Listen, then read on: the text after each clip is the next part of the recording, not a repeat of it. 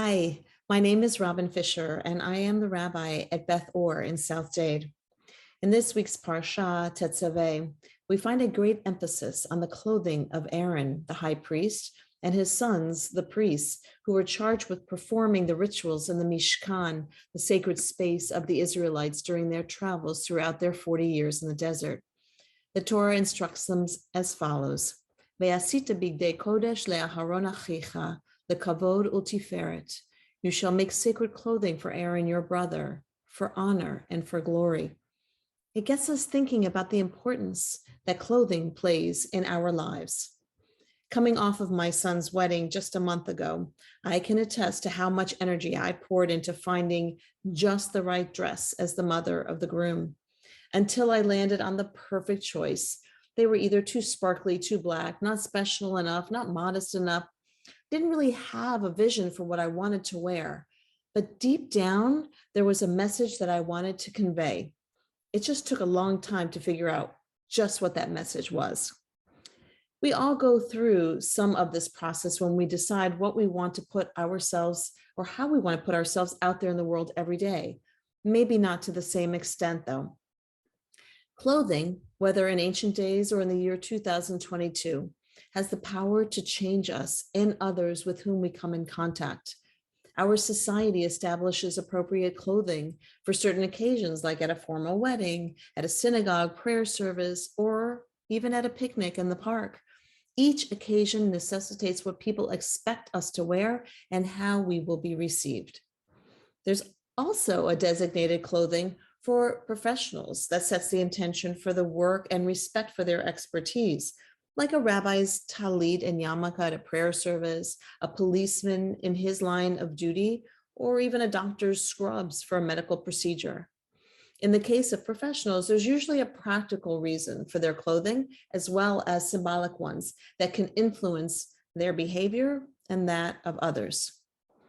Now, also think about how many of us wear articles of clothing that we've inherited from a loved one, like a pin or a jacket, helping us to remember them, to keep them close to us, and to help us channel their values or unique skills into our own lives.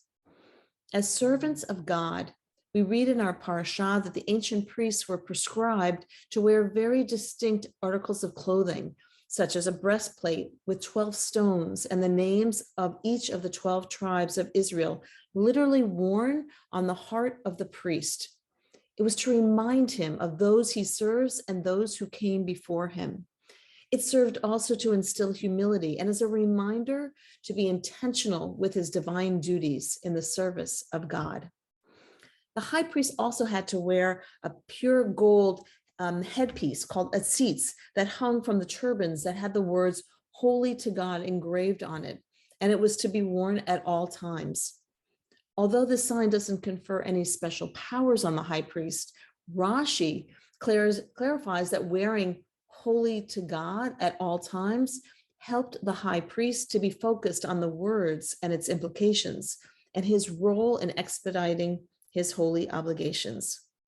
And modern commentator Aviva Zornberg supports this idea when she teaches to be a Kohen is both to act out a role of service, to submit to a superior force, and to be an aristocrat, aware of the power in oneself. She cites this teaching as a reflection of the grave responsibility of thought and action, such that the words "holy to God" are intended to inspire the wearer to reflect appropriate holy behavior and intention. But according to the Zohar, the object of this phrase is not on the wearer, but on the person who has come to offer a sacrifice.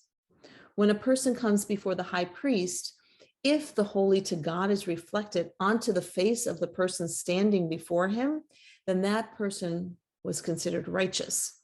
If there was no reflection of "holy to God," then the high priest knew that the one offering the sacrifice was arrogant, not ready to submit to God's will, and in need of intervention, in which case he would pray for God to have mercy on him or her. These commentaries describe how our clothing has the potential of impacting not only the wearer, but also the observer. The Malbim, a rabbi and Torah scholar of the 19th century, adds another dimension. He says that there are two elements of a person's clothing, the outer and the inner.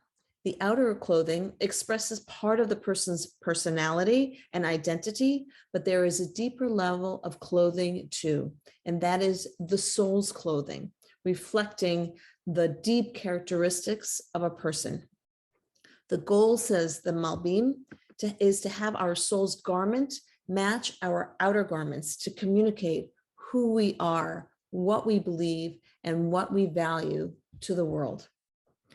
Many commentators have also noted how our Jewish clothing has enabled the Jewish people to survive our exile over the centuries. Clothing such as a kippah, tzitzit, tefillin, and more contemporary symbols such as a Jewish star necklace, as I am wearing, an IDF t-shirt, or Jewish symbol or phrase expressed even in a tattoo.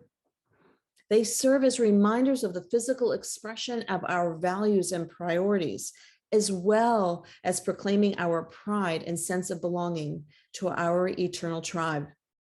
These externalities are the first thing that we see on people, and therefore the first messages that we choose to communicate with the world. I'm not sure what soul message I was subconsciously proclaiming with the dress that I chose to wear to my son's wedding.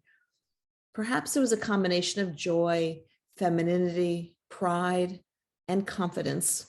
It may not have carried the weight of holy to God that the high priest had to wear, but it was my soul reflection nonetheless in that moment of my life as a proud mother of the groom. In living our lives as God's partners, let us consider how the garb of our inner souls can project the truest essence of who we are to the outside world. I pray that we continue to strive to illuminate a divine message to build a world of love, compassion, and peace. If not from our clothing, then most certainly in the behavior we put forth into the world. Ken Yehi Ratzon, may it be God's will. Shabbat Shalom.